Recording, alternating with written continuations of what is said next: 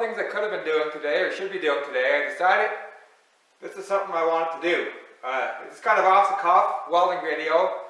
I'm not really sure what the topic's going to be. I might kind of ramble a lot, but I'm going to show you the equipment I have and use and why I have this certain equipment. And maybe if you're starting out, maybe some suggestions of equipment to look at and equipment that's maybe more of a gimmick than anything. So this is an old 80s Miller Shopmaster. The Shopmaster 300 AC/DC. It's got the constant voltage for your wire feeds, spool gun, MIG, flux core, that type of thing. Constant current, that's for your stick welding or your gouging. And then you got AC. Now AC, you're normally not going to use AC, but this machine, in conjunction with this high frequency box here, you can TIG weld aluminum. This is an AC high frequency arc starter. So then it turns this machine into a full functioning TIG welder. These machines don't exist anymore. You can't get them. You can get a Miller Shop Mate, but it doesn't have the AC. And these are units that are obsolete. They don't exist anymore. Now all I can get is a super expensive little inverter dealie. So it's really quite sad, but so this is the equipment I have. And then for welding aluminum with wire, which is what I mostly do, right over here on this bottle, I have a Miller spool gun. So off of this power source, I can spool gun, I can wire feed, I can TIG aluminum, I can gouge. It's a do-it-all machine that's 220. It runs off a 220 plug. It's not three-phase or nothing, it's single phase. And it's, to me, it's just the absolute best choice. And this is old school. I got this for a couple $100 up from a guy. And it's the way to go. So let's get going through this. I'll just do a little quick demo of every process I can do off of this machine, and we'll start from there. This old wire feeder is actually quite fancy. It's got the digital display, and it's got the dials. You can adjust your voltage and wire speed from the front, but I think there's something screwed up with it, or it doesn't really work well with adjusting the voltage. So instead of just putting the machine on remote, you just put the machine in the panel, and you just adjust your voltage at the machine and the wire feed there, and it works that way. It's a dual drive wire feeder, and to switch from this side or this side, you just push the trigger and automatically switches your settings from this side to that side. So it's a pretty fancy high-end unit. I got it at a pawn shop. It says $250 or something on it, but I paid less than that. I haggled, so I got just a smoking deal. Like I don't know what that would be. Thousands of dollars for that machine, so I got that cheap at a pawn shop. I got that from a guy for a couple $100. I got that cheap from a pawn shop. I got my spool gun, so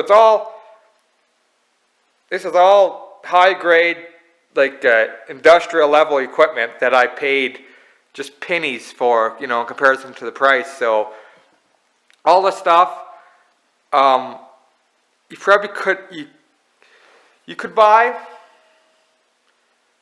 Maybe. No, I don't even think you could buy one piece of this equipment separately, brand new, for the price I paid for all of it. So if you know what you're looking for, there's deals out there. Okay, so I'm going to start first with the gas flux core. So that's that wire there. It's 045 dual shield flux core using C25 gas. I'm just going to run a little weld. Okay, so dual shield flux core is something you might not hear about too often, but it's really a high production type of welding, and it's really quite nice and quite easy to do. This is 045, which is kind of the standard you're going to see. You can go up to like 1/16, big stuff for welding super heavy stuff or repairing heavy equipment, buckets or something. And then you can go down to 035, which would probably be nice for fabricating. So it's a wire feed process, but the flux is on the inside. It's a hollow tubular wire, and the flux is on the inside. So when you weld, it'll like a 7018 slag that you chip off of it, and it's a good process. And your material doesn't have to be super clean, or it's not that fussy of a process. So you've got these old rusty pieces. I'm just going to stick them together and run a little weld.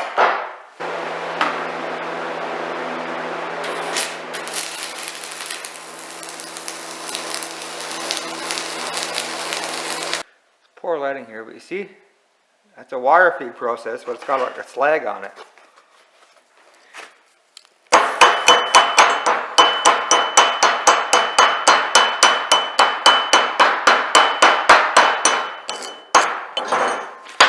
See that? Chip the slag off. It's just a nice, beautiful, smooth weld. Flux core is a nice process. It penetrates pretty well, and it's easy to weld all positions. It's quite a nice process. I don't know why it's not more common. So there's just your basic flux core. Alright, again using C25 gas, using 035 wire in my MIG. Again, I'm pretty spoiled with this fancy dual shield, this dual head welder. So to switch from flux core, which is this, to MIG, which is this, all I gotta do is turn the machine on and touch the trigger and it automatically switches over. So again, C25 shielding gas, 035 wire. I'm just gonna run a quick weld here, and everyone knows what MIG is, so not gonna waste too much time.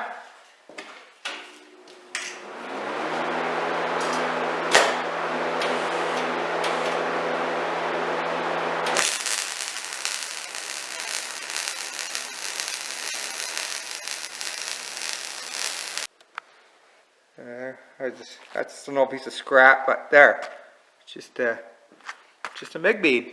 Now I don't know what you've been taught or what you have in your mind, but MIG welding, if you have a big enough machine, you can weld anything with MIG, from thin to heavy duty.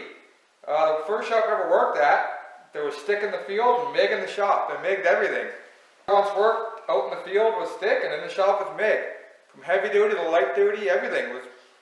They MIG'd it all. And now, you go to school and they brainwash you right from the start. They tell you to set your MIG short circuit MIG. And when they're teaching you MIG, you're running so cold, like, man, you got the machine, crank that thing up. Let her buck. You can... MIG is actually a do-all process. But why they try to discourage it in the field is because you can make a very nice weld and have it not penetrate at all. You can screw with your settings to make it look nice, but not penetrate. And what will happen is the weld, it'll bond, but it won't fuse. So a lot of this non-destructive testing, they have a very hard time to detect lack of fusion with MIG. So they try just to not use it at all. They teach you these cold butt settings and say you can only weld thin stuff, and just tell you that you can't do heavy duty work with a MIG, but you can. You can weld anything you want with a MIG. Just crank her up and let her rock. It's the ER70S wire. It's 70,000 tensile, just like a 7018 is. It's just, you gotta have stuff a bit cleaner, and it's not as easy to detect lack of fusion, so that's why. But if you had a good stout MIG setup in your shop, really it's all you can weld anything with that. It's just got to be a bit cleaner. Can't really weld outside because you got your shielding gas, but in shop, controlled environment, MIG, yeah man. Just don't listen to that brainwash stuff they're telling you in school. Just crank her up and let her buck, and MIG's just as good as anything. Let's switch gears here. This is my Miller Spoolmatic 30A spool gun. Now this is, I think it's a 200 amp, 100% duty cycle. Like, this is the real deal. This is Miller's. Well, I think they got one new one now called Spoolmatic Pro or something, but this is Miller's high-level industrial spool gun here. And I kind of found it by accident. I was at a pawn shop and almost tripped over the thing, and it was like brand new. Looked like brand new. It was such a good deal I had to buy it. But I decided back years ago, during my apprenticeship, we had this spool gun. There was some cheaper model one. They used these big long tips, and it was such a pile of crap. I remember using that thing was so frustrating. So when I decided I was going out totally on my own, I'm like, I want to get into aluminum, but I don't want to deal with the spool gun, the aggravation. I'm just going straight to TIG. And I found this, I started using it, and it's actually great. So I guess a spool gun's one of those things, they're so finicky that I think either get the good one or don't get one at all. I don't really believe there's like a homeowner aluminum welding setup, really. It's one of those things you got to go for it or not. You're either going to weld a lot of aluminum and set up to weld aluminum, or you just got a little project to do, go out and just get someone else to do it. If you're dead set on learning and getting the equipment, do it, but I'm just saying, it's going to be a long, hard road. So, yeah, I'm just going to fire up and run a quick spool gun bead.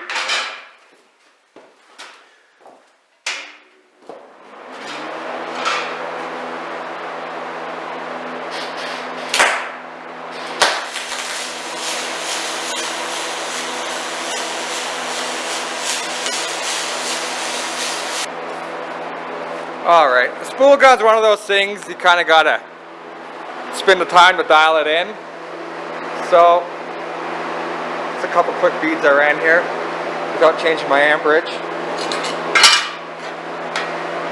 See, I was running a little hot, but there's that. Not bad though. I just didn't really set this machine, I just turned it on and rocked it. And there's with the same settings on something thicker.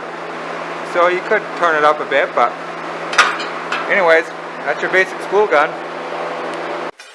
Okay, we've got the old high freak box set up here on AC, high frequency, and we're going to do some aluminum TIG. Now, here's one gimmick that people don't tell you about.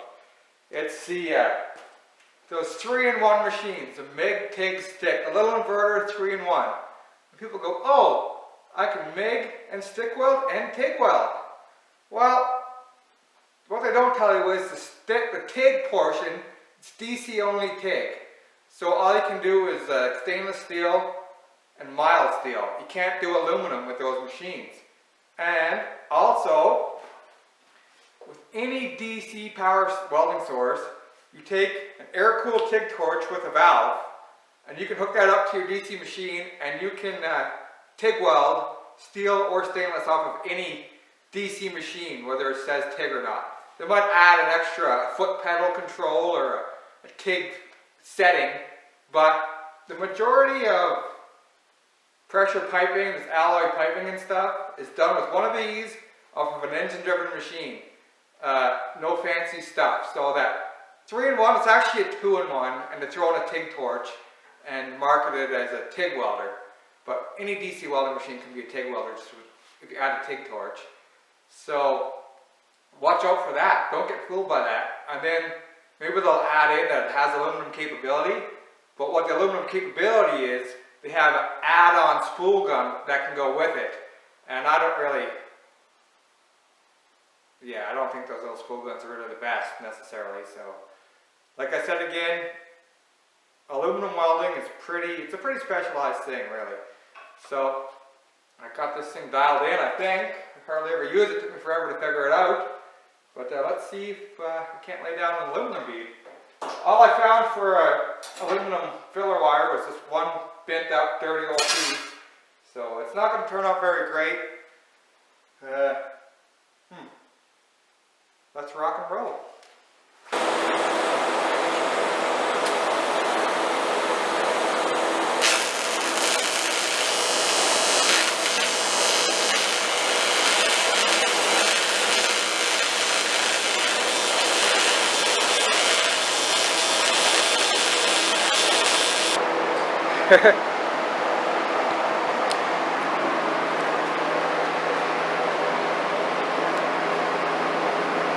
As you can see, I'm struggling to get set up, but that's the bead I just laid there. And it's like anything else, it's just practice. You just gotta sit down and practice, and you kind of get the knack for it again. And it's fun, but frustrating because there's just so many variables to it. So if you think that you're just gonna buy a TIG welder and just use it, you're probably kidding yourself, because it's going to be probably more frustration than it's worth. Like for me, I thought I was going to use the TIG setup so much once I got it, and I hardly use it just because the spool gun's just quick, easy, done. You're not screwing around. You got to have everything so clean and kind of prep yourself, have yourself comfortable, have things positioned, everything clean your like to get a high quality TIG weld job. It's a lot of effort. So if you get that MIG TIG stick that doesn't do aluminum, and you think you're going to be TIGging stainless and TIGging mild steel, you're not. You're just going to grab the MIG or the stick. You're never going to use that TIG feature. Just letting you know. And one major thing too is using an old transformer style TIG welding setup. So your high frequency is at 60 Hertz.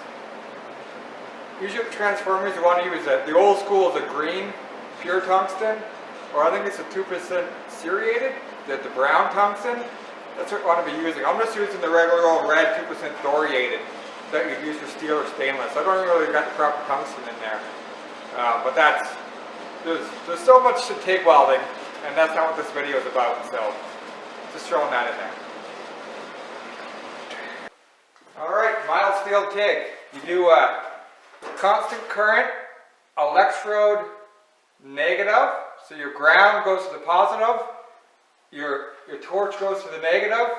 You use pure argon shielding gas, just like aluminum. You use pure argon. Your spool gun, your aluminum TIG, and your TIG stainless and your TIG mild steel use, there is fancy mixed gases, but your basic gas is pure argon. So we're going to use pure argon, 2% thoriated, tungsten ground to a little bit of a point, and this, so any DC machine you can just set up scratch start TIG setup. I got my fancy high frequency box, so I got the high frequency start and the foot pedal control, but it's not something that you need. But if you get one of those little big TIG stick machines, you can do this process, and you're probably going to use it just when you first get your machine to play around with it, but realistically speaking, you're never going to. They just, around the farm, around the house, this is a process that you're probably never going to use, because just grabbing that MIG is just so much faster and easier. But let's run a bead.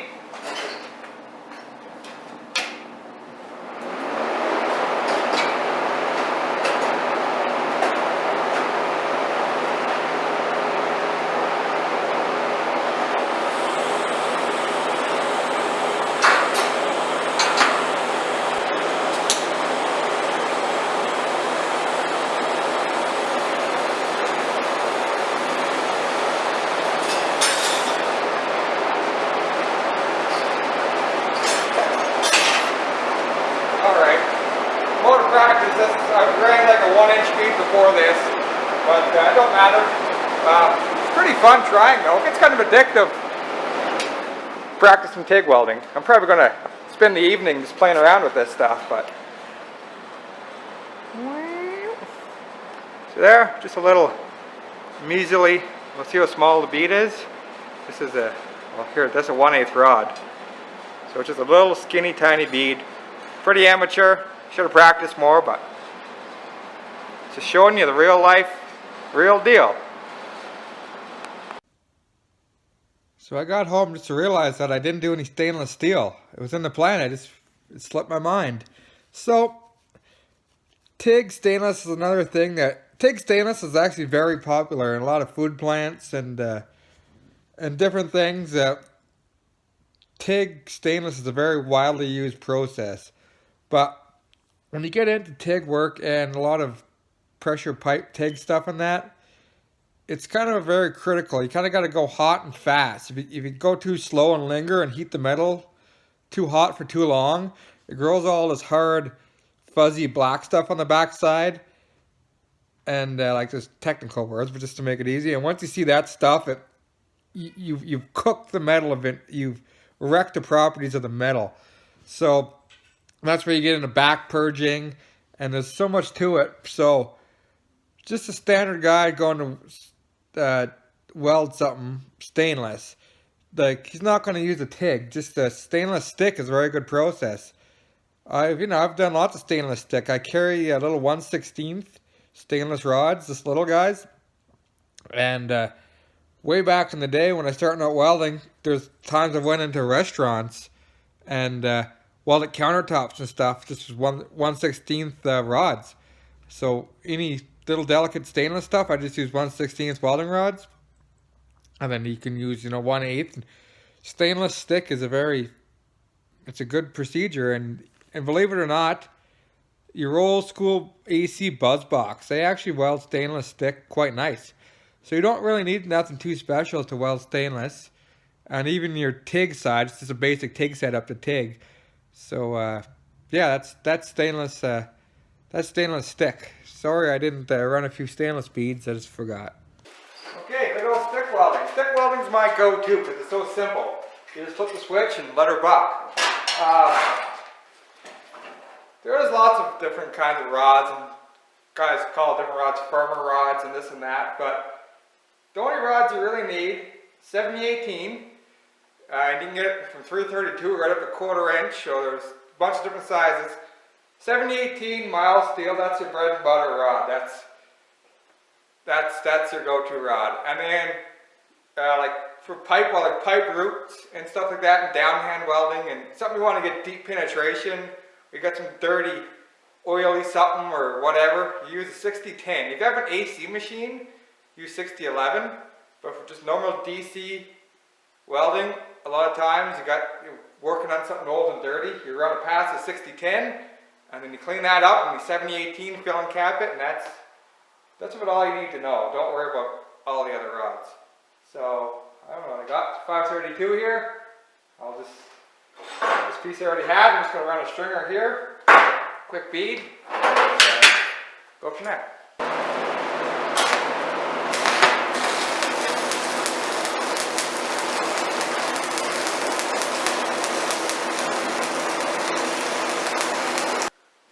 Alright, that was 532, 70-18. Ran at, I don't know how many amps, 160 maybe?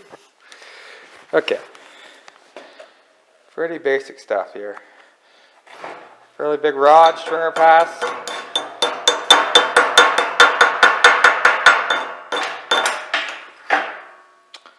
That's just a stringer. Okay. What do you think, Mikey Yo-Yo? Should we do it? Mikey Yo-Yo, you should be here showing me how to do this. Go gas welding.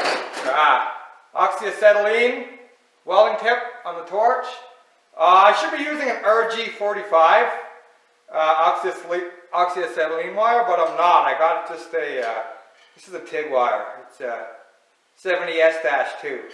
So this is a TIG welding wire. A smaller diameter RG45 would be a lot nicer, but we're just playing around here, so let's fire it up.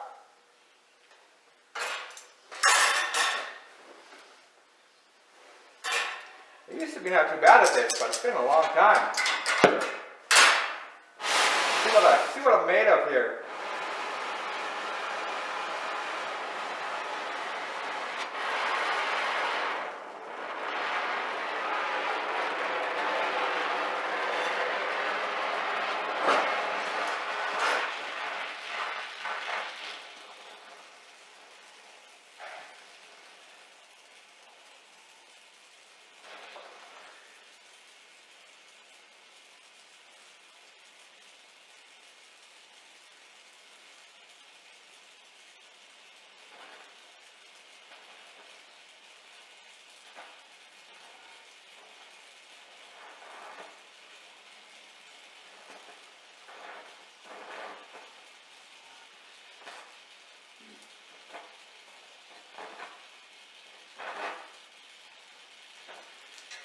Off to a very good start here. A small diameter wire. Try to clean this metal better too. See all the stuff flying up? It's pretty rusty. This is fun. Gas welding, TIG welding. Pretty fun to play around with. I don't really use any of this stuff practically anymore, but it's just fun to practice. Develops really good hand-eye coordination doing stuff like this. Again, just off the cuff, letting her rip. There's, yeah. Back in the day before MIG welding was popular, this is how people did body work and welded body panels. I want to clean this up better, because there's a lot of rust, there's a lot of little spriggles coming off. I got to clean it up better and had a nicer paddle, but it was just a quick weld for fun. Way back in the day before MIG welding was popular, body men welded body panels on cars using oxyacetylene. So imagine trying to hold this down. You have something like this. You'd have a brace made that went to your shoulder to hold it down, and then you'd be like this, doing your body panels. Talk about a special skill. Well, here we go. So This isn't a process that's used very much anymore. What you'd see more of is brazing. I don't have any brazing rods here, but for fixing different types of casts and different types of things, brazing is still quite common, but gas welding, it's basically a lost art. And this is basically the same thing as TIG welding, really. It's just a dumbed down version of it, I guess. But if you're good at gas welding, you'd pick up mild steel TIG welding. No problem, it's the same concept.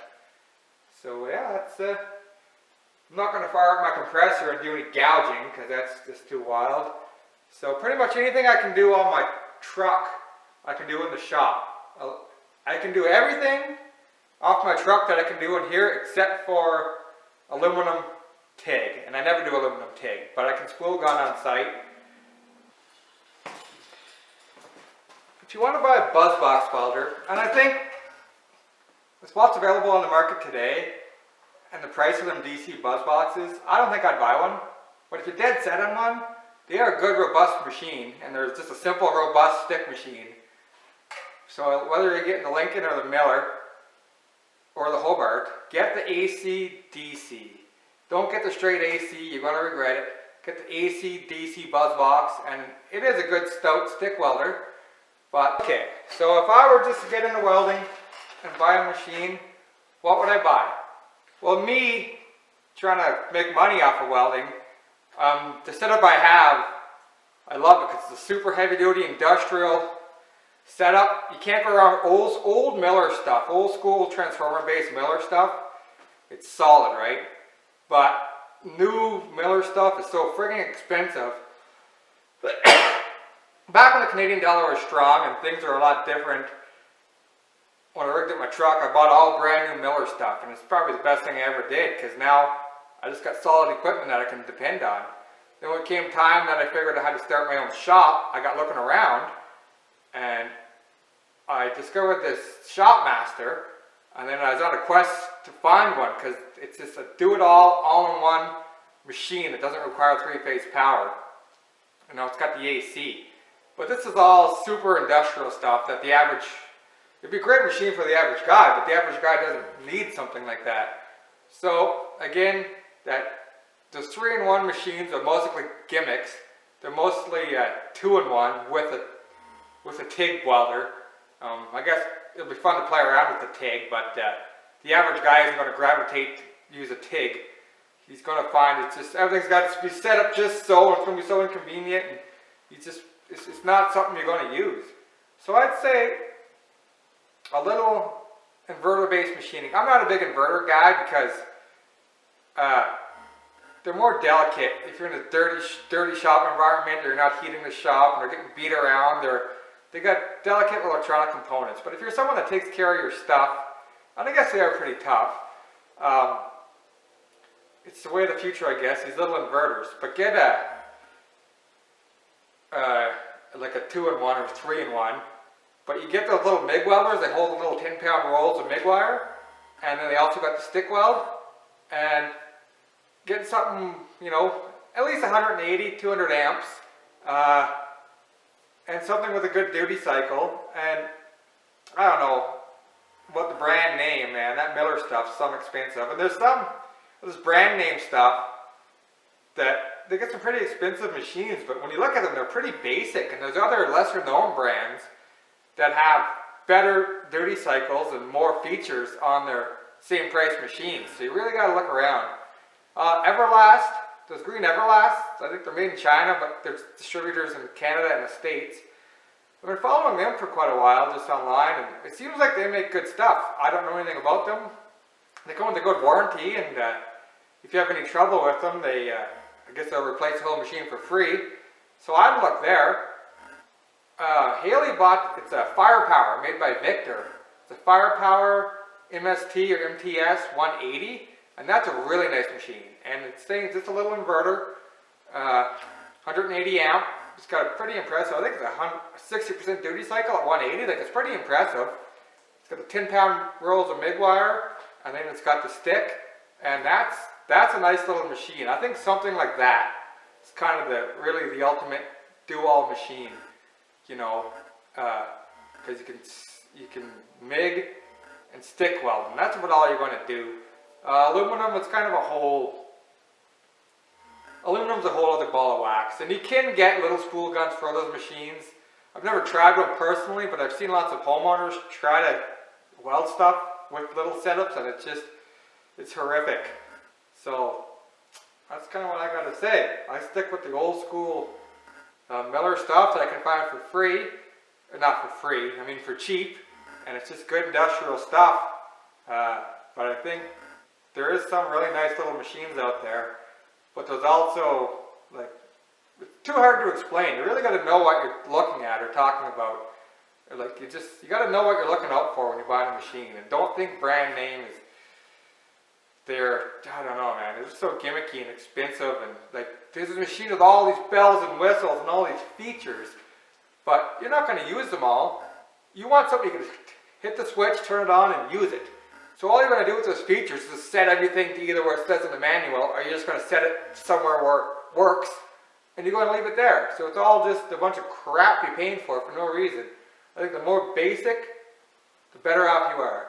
A basic machine with a good duty cycle, and that's going to handle your needs. So that's really all I got to say about that. Yeah, I think you get a good, that firepower. I could say that firepower, I was impressed with that machine. So yeah, just look online. You can look at reviews and all kinds, do your research. Get, 180 to 200 amp inverter, MIG / stick machine.